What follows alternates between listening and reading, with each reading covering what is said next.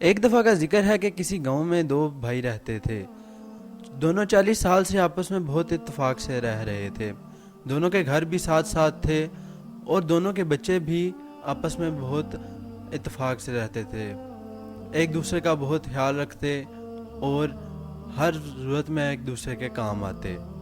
ایک دفعہ دونوں بھائیوں میں اختلاف ہو گیا، بات لڑائی جھگڑے اور گالم گلوچ تک آن پہنچی۔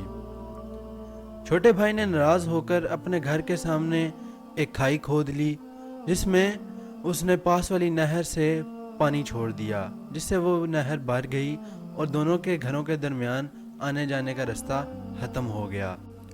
اگلے دن بڑے بھائی نے ایک ترخان کو بلایا اور اسے بتایا کہ وہ سامنے والا گھر میرے بھائی کا ہے، جس سے آج کل میں ناراض ہوں۔ اس نے اپنے گھر کے سامنے ایک گہری کھائی کھدوا کر اس میں پاس والی نہر سے پانی چھوڑ دیا ہے۔ اب میں چاہتا ہوں کہ تم میرے گھر کے آگے ایک اونچی سی باڑ لگا دو تاکہ مجھے اس کا گھر بھی نظر نہ آئے، نہ ہی میں اس کے بارے میں سوچوں اور نہ ہی مجھے اس کے متعلق کوئی خیال آئے۔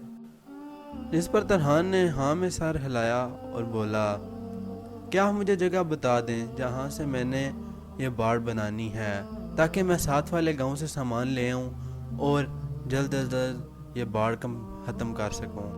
وہ جگہ دیکھنے کے بعد ترخان اپنے بڑے بھائی کو لے کر ساتھ والے گاؤں گیا اور وہاں سے کام کی چیزیں اور 5 مزدور لے کر واپس آ گیا۔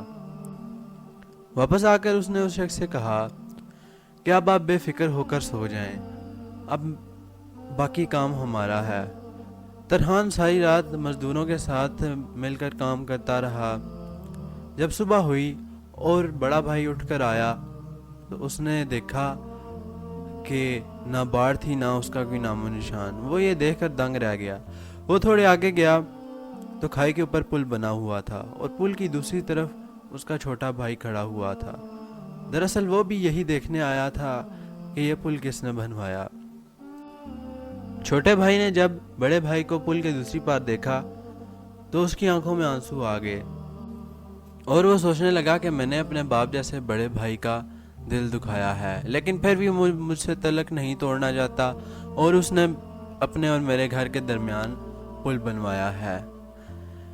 چھوٹے بھائی کی آنکھوں میں آنسو دیکھ کر بڑے بھائی کی آنکھوں میں بھی آنسو آ گئے اور وہ سوچنے لگا کہ غلطی جس کی بھی تھی، مجھے ایسے گالم گلوچ نہیں کرنی چاہیے تھی اور بات کو ختم کر دینا چاہیے تھا۔ دونوں ایک دوسرے سے آبدیدہ ہو کر گلے ملے اور راضی ہو گئے۔ بڑے بھائی نے ترخان سے پوچھا کہ تم نے یہ کیوں کیا؟